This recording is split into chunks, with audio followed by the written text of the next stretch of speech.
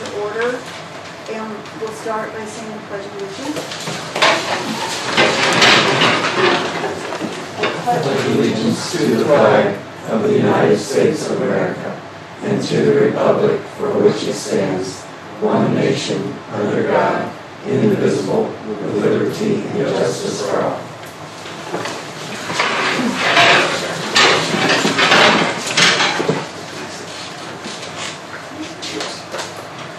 First item is the approval of the agenda. Move to approve the agenda of the July 26th regular meeting as presented. Second. Okay, we have a motion and a second. Those in favor? Aye. Opposed? Motion carried.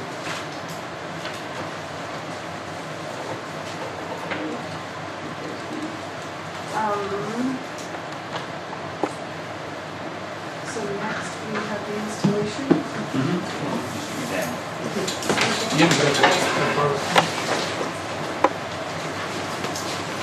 Okay, just raise your right hand and repeat after me. I state your name. I, James Clifton, Do solemnly swear do solemnly swear that I will support the Constitution of the United States that I will support the Constitution of the United States and the Constitution of the State of Missouri, and the Constitution of the State of Missouri, and that I will faithfully and impartially and I will faithfully and impartially discharge the duties of school director discharge the duties of school director in the St. Genevieve County R2 School District, in the St. Genevieve County R2 School District, County of St. Genevieve, County of St. Genevieve, State of Missouri, State of Missouri, to the best of my ability according to law. to the best of my ability according to law. Thank you.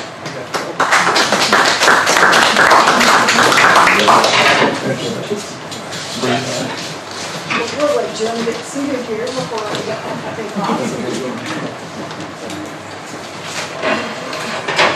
Welcome. Thank you. Okay, next item of business is the approval of the consent agenda items as presented.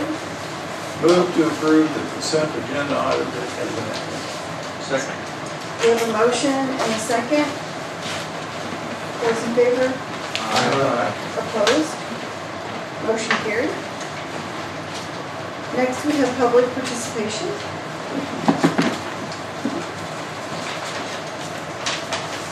Seeing none, we'll move to the report of the superintendent. Good evening, everyone, and welcome, Mr. Kirkland. Thank you for this day. There are a couple notes of appreciation in your board packet. The main thing that I want to talk about is just an update on the bond issue project. Kind of the big thing right now that's, at least in 3 of the buildings, is coming to a close is the window project. At Bloomsdale Elementary and St. Gen Elementary, the project's completed. At St. Genevieve High Schools, the project's completed with the exception of 7 windows that are still on order. And will come in a little bit later, and we'll work with Mr. Haney and try to get those done as quickly as possible without disrupting class any more than we have to. Middle school's a different story. They have started on the project. Of course, the middle school windows are huge. If you go look at them, it's a little different animal than what we have in the other buildings. But they have started that project.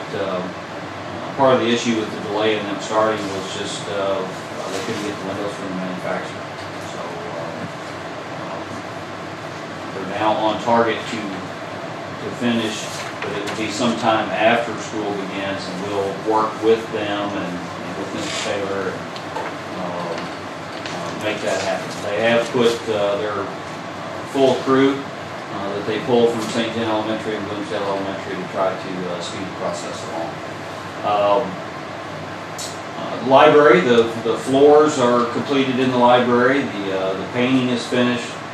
We're still waiting on furniture and technology and that sort of thing to get here. But if you have some time after the meeting tonight, we'll go on a little tour, take a look at that. The senior tea area is kind of in the same situation, waiting on some furniture to arrive on that as well. Middle school gym floor has been refinished. Amen. First time in I think 20 years probably. Yeah, it's The old gym? the new The gym. new gym. So the first time since it was built, before it's been refinished with new graphics and, Now I won't have to tell the people those are white lines, not Yes. yellow. yeah. Have you seen it? No, I saw someone put a picture on it.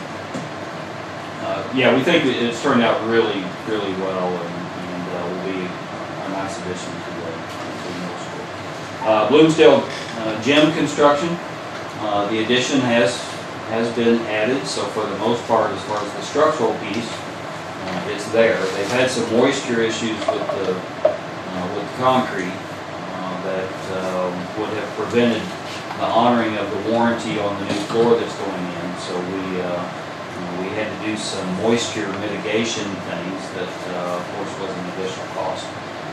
But they're working through that process and still at this point on schedule to have that completed prior to school. One thing I want to point out, and I thank Mr. McDaniel for bringing this, it's kind of related to the bond issue project. There was an article in the Jefferson County Leader about Legion District 13 tournament and that sort of thing, and part of that would be hosted at Yanks Field. And quoting from the article, it says, Yanks Field, by the way, has been transformed into one of the best public baseball facilities in eastern Missouri. And so it goes on to give a little more detail and that sort of thing. But I thought that was a very nice comment from the Jefferson County Leader. Any other questions, bond issue related, before I go on to a couple of other items? We're gonna be ready to start school or close? Do what? Is everything gonna be ready by the start of school or close enough? We'll be close enough. We don't anticipate any issues with the start date and having to push things back. Structurally, things will be completed. Like I said, there may still be some window things that we have to do, and we may have to relocate a class or two while we work in that particular classroom. But I don't anticipate there being any other issues that will prevent school start. We don't know for sure if we'll have all or some of the furniture in for the library, where the technology will be here and set up right when school begins, but that's certainly our goal. Any other questions on bond issue? Okay. You might have noticed when you came in, there's a nice plaque that Fowler Bus Service received from Missouri Department of Elementary and Secondary Education for having 25 straight years with at least 90% approval on their buses. They had 100% this past year, but it's quite an accomplishment to do that 25 years straight, to have at least 90%, especially when the state average, I think, is about 87%. So really a great accomplishment. I try not to give Buck too much credit, but he does deserve a lot of credit for making this happen, and the mechanics out there, and of course the owner as well, putting the resources into keeping the bus fleet in good condition. So congratulations. Yeah, to them. Aren't we one of the top 10 districts in the state for miles covered geographically? I would think so, We're up there. because geographically speaking, we're one of the larger districts, plus with the school being on one side instead of in the middle, that adds miles as well. Which is much more a tribute to those guys from the standpoint of how many miles they got. Absolutely. Yeah. Yeah, absolutely. Prior to the regular Board of Education meeting on August 23rd, note that date change, which you guys approved in the consent agenda, we will have a school tax rate hearing just prior to that meeting, beginning at 7 p.m. That's an annual requirement. There will be a notice that's posted in the paper per the state law requirements, but just wanted to remind you that we would be having that tax rate hearing prior to the regular meeting in August.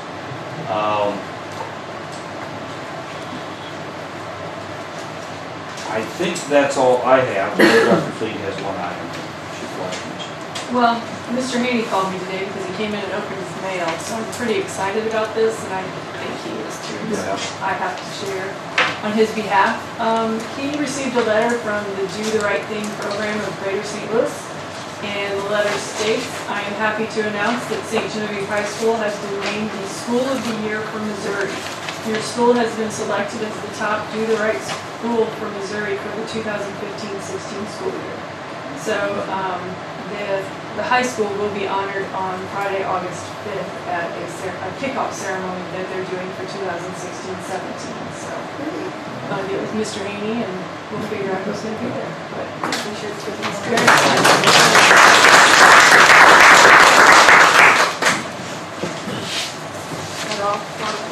That is all of mine. Thank you. We'll move on to unfinished business, board policy book update.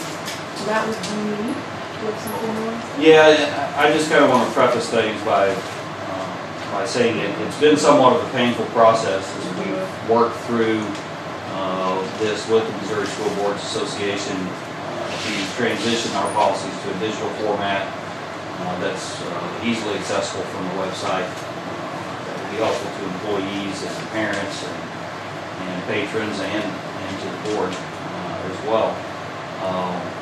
Missouri School Boards Association, they provide a policy service for us.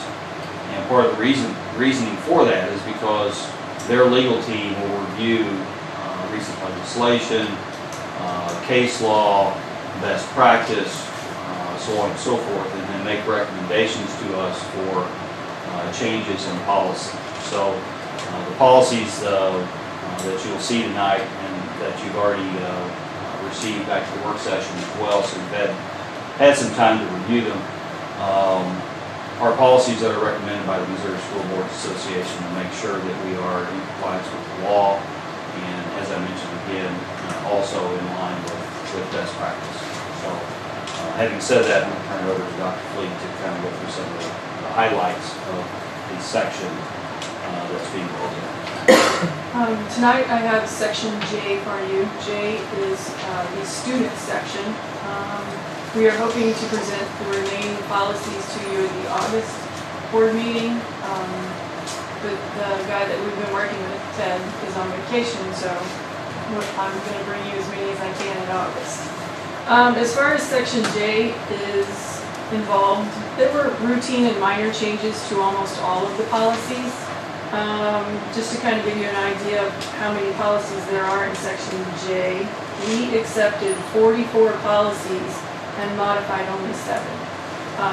So what I'm going to do, 3 of the 7 that we modified were some significant changes to our current policies, and the changes that were suggested were actually from the attorney, and then we kind of tweaked it to make our own. So the major changes come from the attorney, as Dr. Lindsay says, to comply with laws and to make sure we're in line. The first one that I'll give you a brief overview on is policy JED, which is student absences and excuses. Along with the policy, I also set a copy on your near you on your desk underneath the Do the Right Thing letter. I gave you the accompanying procedures so you can kind of reference those whenever I get to those. As far as the actual attendant, well, I call it the attendance, but the absences and excuses policy, there were no major changes, just some minor updates in the wording of the policy. The major changes actually come in the procedures that we'll be using for attendance. A little information on attendance to kind of explain why we're going to implement some of these changes. Attendance rates are a performance standard measure on each building's annual performance report, and it's also a measure on the district's APR. The targets for this attendance standard use individual students' attendance rate, and they set the expectation that 90% of the students will be in attendance 90% of the time. So these proposed changes are to encourage and try to get our students, each student, to school 90% of the time. So if you look at the procedures, the K through 12, because the administrative procedure 1 is for K-8 and number 2 is for 9-12. And you'll see that at the top. For the K through 12, what really has happened across the board is that the interventions and notifications that happen for our parents when our students start missing school occur sooner in the process as they start to accumulate days. For example, if you look at procedure 1, which is the K-8, if you turn to page 2, that's where the K through 5 section is. In our old procedure, if a student missed 8 days, at 8 days we started sending letters and making phone calls to parents. We do call every time a student is absent if we don't get a phone call from the parent to make sure we know why they're not at school. But at 8 days, they get a letter and we start calling and saying, your student's missing a lot of school, and start putting some interventions in place. So those interventions typically the major ones took place at 8, 10, 12. With this new procedure, those interventions begin at 6. And so they'll go 6, 8, 10, and then anything above 10, we talk about an attendance plan. Of course, our school resource officer will be involved way before it gets to 10, but it just kind of starts those interventions at an earlier stage. So that's the major difference at the elementary. The 6 through 12 procedures, this is a new concept, but we are going to incorporate an academic penalty as a consequence. This academic penalty represents the participation portion of a student's grade and is intended as a deterrent to excessive absences. Academic consequences will accumulate more quickly for unexcused absences because those are completely avoidable. To avoid an unexcused absence, all we need is a note from a parent. You know, my child was sick, we were out of town. We just need a note from the parent telling us where they're at, and it's an excused absence. If you look at pages 3 and 4 of the procedure 1, that's where you will see the 6 through 8. And it looks like I copied 3 and 4 backwards. Sorry about that. But if you look on page 4, here's where you see the academic penalties. The first academic penalty on the excused absence side takes place at 8 days. Once they hit 8 days and there's no major illness and there's no, they've just missed 8 days of school, then it's a 2% grade reduction. And then it goes on from there. In the chart, if you look across, there's an unexcused absence column. And so when they miss one unexcused absence, it's a 4% grade reduction. The grade reductions will be applied at the end of the semester because attendance is by semester. It's not yearly, it's each semester. This will apply. So you kind of see the progression there. If you look at procedure 2, So, yes. here's a question, enjoy this one. No, go ahead. So, if it's by semester, is that one absence a semester, or is that cumulative here? It's one absence per semester. Yeah, attendance starts over second semester. In the concept of the academic penalties, yes. The 9-12, if you look on page 2 of the 9-12 procedure, it has the same chart. The only difference is on the 9-12 absences, the academic penalty starts at 7 excused absences with a 1% grade reduction. The unexcused academic penalties are the same in the high school and the middle school. Because as I said earlier, those are completely unavoidable. We just need a note. So those are the major changes.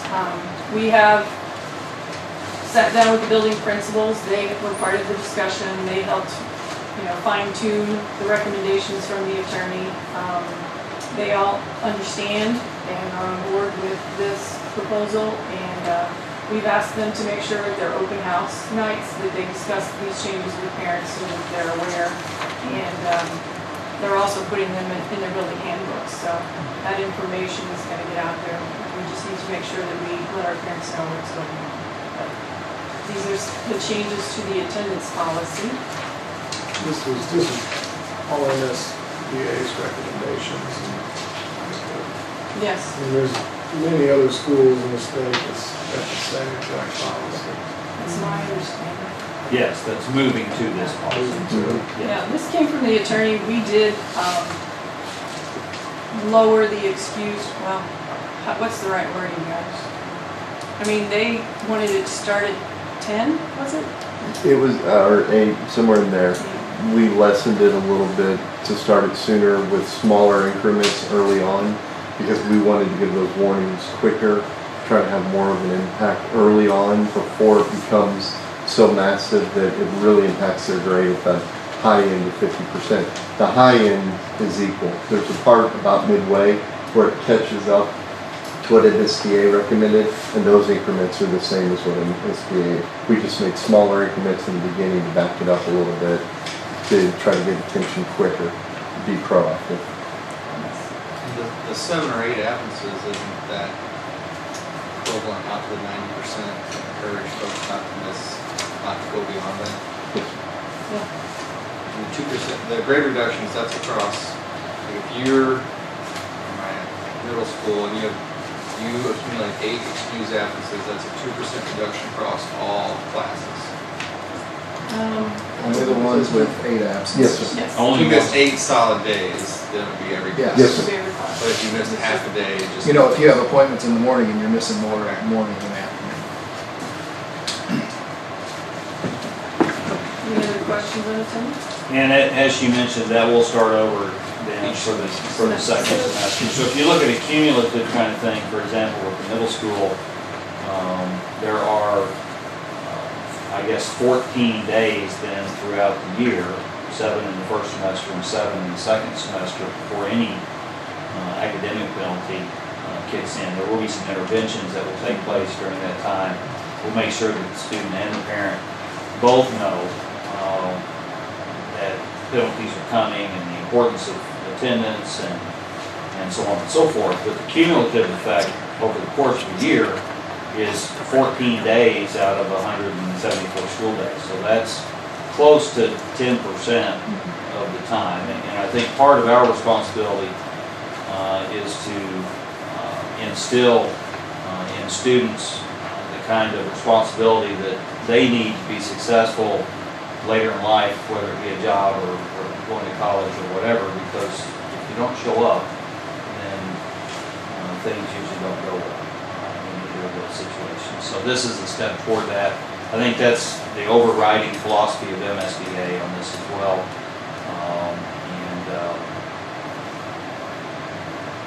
In response to your earlier question, yes, this was all based on the recommended policies from MSBA.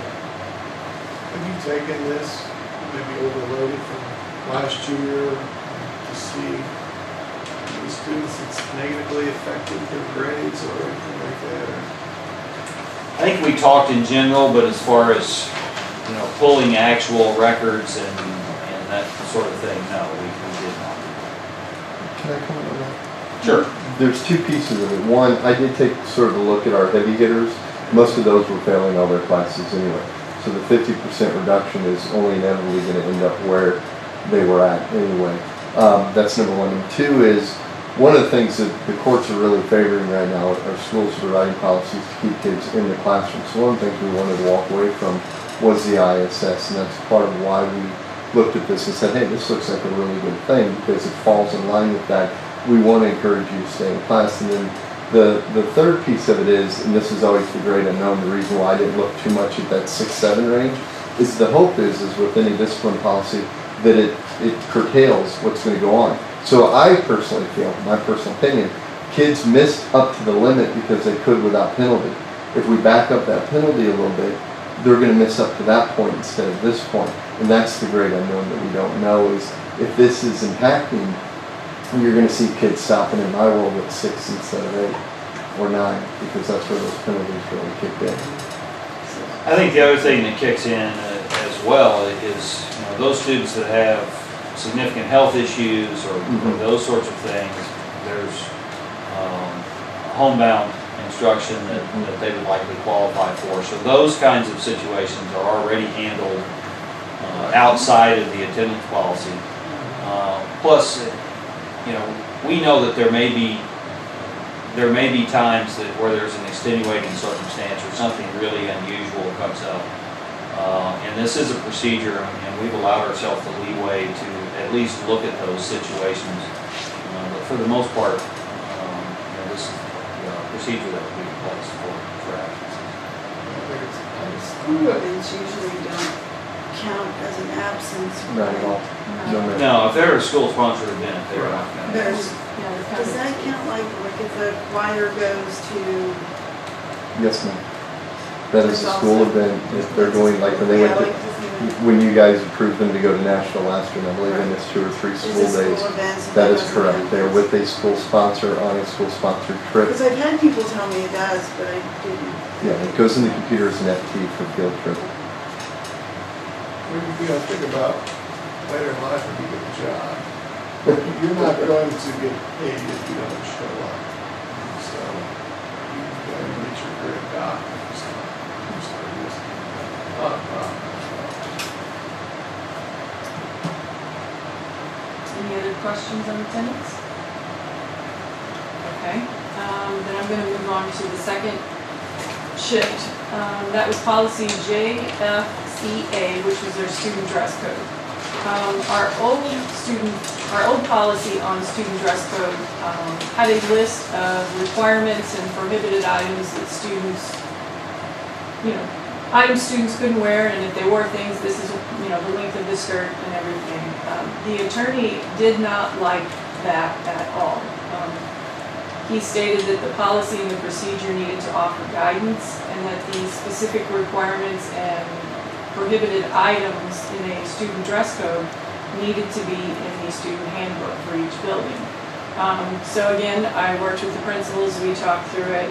We have made some revisions to our student dress code that I believe gives our students a little bit more freedom,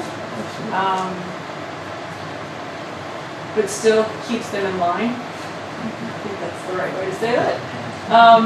So we all worked together and discussed that the student dress code in the handbooks needed to be the same, with some minor changes at the lower elementary, you know, for those students. There were some exceptions already.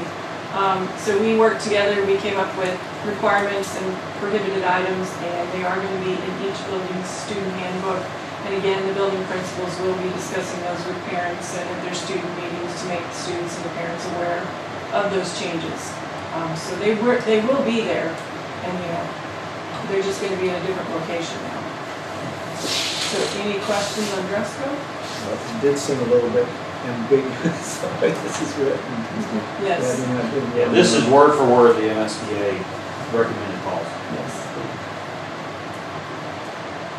And then the third and final area that I would like to talk to you about is the student discipline, which is policy JG-R1. It has been updated to meet MSBA and the attorney's recommendations.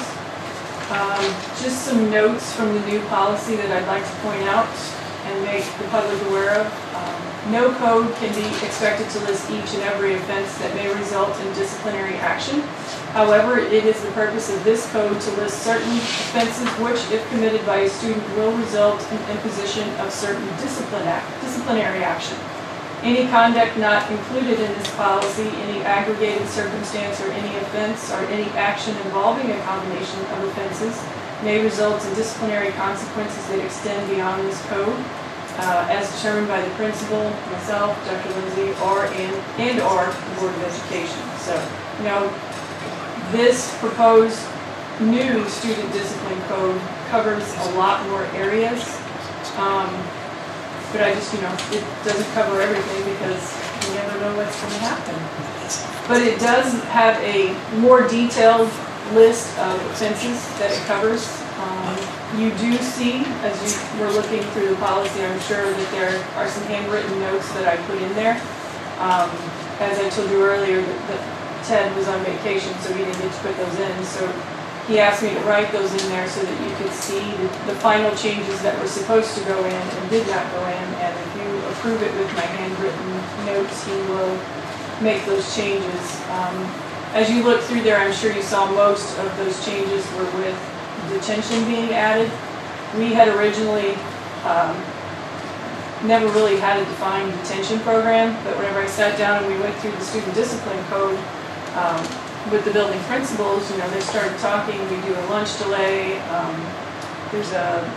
They have a lunch detention in the middle school. There's a little bit of a recess detention where they have to walk instead of get to play. And then the middle school may try an after-school detention program. They're still kind of kicking it around, working with some of their parents. So, we felt like there are detention options for us. They're not, each building does it a little bit different, so we wanted to leave that in, and Ted had already taken all of that out, so we're going to put that back in. Once again, the building principals are going to work with their parents and their students during open house and their student meetings to discuss these changes and make them aware that the discipline policy has been updated also. So in conclusion, we are recommending that you approve the updated sections for Section J. These updates and changes have been reviewed and approved by the Missouri School Board Association attorneys, Dr. Lindsay, myself, and the building principals have seen a lot of it. So with your approval tonight, we will update Section J. Any other discussion?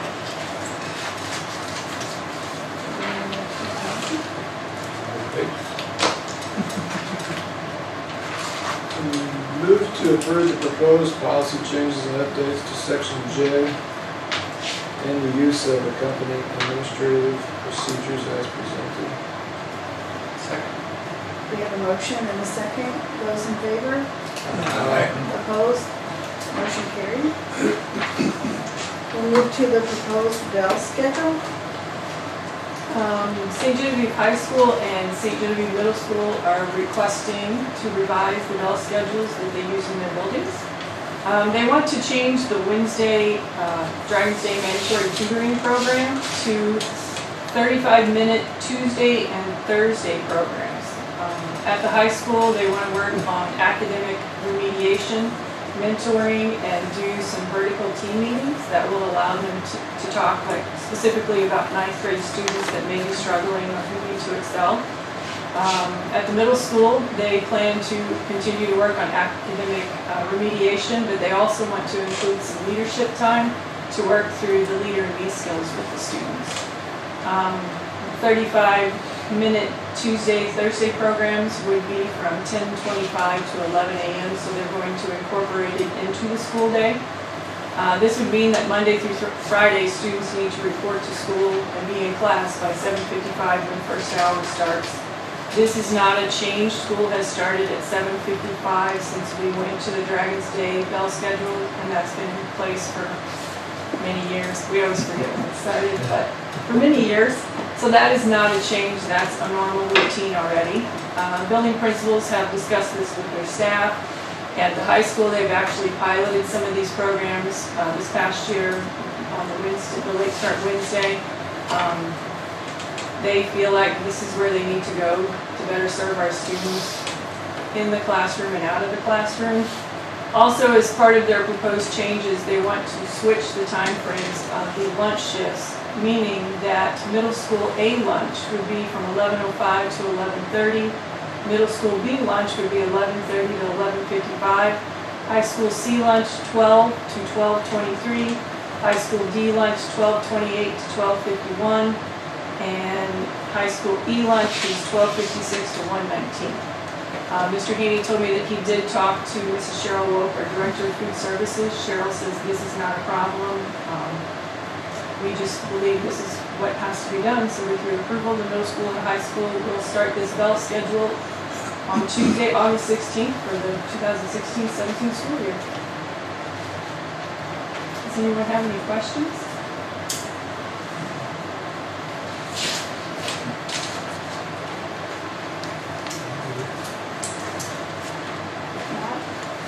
Move to approve the proposed bell schedule changes for St. Jim High School and Missouri Middle School as presented.